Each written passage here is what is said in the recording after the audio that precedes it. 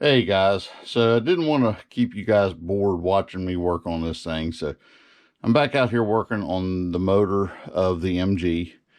What I did today was I got the rockers and everything cleaned up. Got them cleaned up really nice. I got the valve cover cleaned up really nice. I'm not sure. I'll probably end up painting it once it's all said and done, but right now, uh, what I've done is I just cleaned it really good with degreaser. Went and put the valve cover cap back on it. I cleaned inside of it as well. This thing was black and just like syrup inside of it. Cleaned it out really good. I went ahead and put the rockers on here. I did not tighten them because I'm going to have to take them off to make sure that the push rods and everything line up once I put the head on. So I just got them on there finger tight to hold it together right now. And then also I've got a jar here. It's got the push rods in it. What I've got here is a tote that I got at Harbor Freight or Home Depot. And this tote has a rubber seal around the lid, as you can see. So what I am doing that for is because I get a little bit of condensation moisture buildup in my building, and I don't want this thing to sit here and rust. So what I've done is drop the head down in here. I'm going to go ahead, I've already soaked this thing down, sprayed it down with WD-40 so that it won't rust, hopefully. That white gunk is just lube, assembly lube that I put on there. And as you can see, each one of these things slides just a little bit. I just squirted some down inside there to give it some lubrication once the thing finally fires up. If it does, we'll see what happens. But right now they're all really nice and free. There's no sticking, no grinding. Everything feels good. So I'm just going to take this thing and I'm going to end up putting a new valve cover gasket on here also. But for now, I'm just going to sit her on here and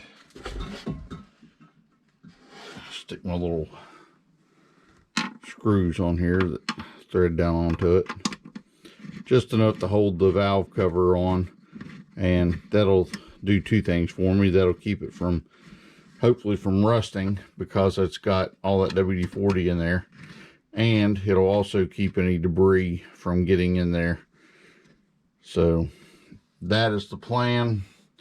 Like I said, I'm keeping this thing sealed up. I'm going to actually probably soak the whole thing down with WD-40 here again before I put the lid on it and seal it up. But everything in here is looking pretty good. I did do a little bit of work to the motor a little bit ago as well. There's not enough light out there to show you what I did. I started working on the top of the head where the head gasket was, and so I got most of the head gasket off. I got I ran it a little bit to make sure that all of the cams, or not the cams, but the lifters, all the lifters are freed. All of them are moving up and down like they're supposed to. Didn't check anything else really a whole lot in depth.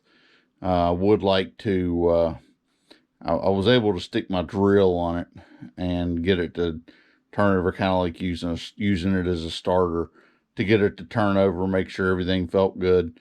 Didn't see any oil pumping yet, but I don't know that there's a whole lot of oil down inside of it, and I didn't run it a whole lot. So, but I did spray some WD-40 down in the cylinder walls, kind of letting the rings kind of,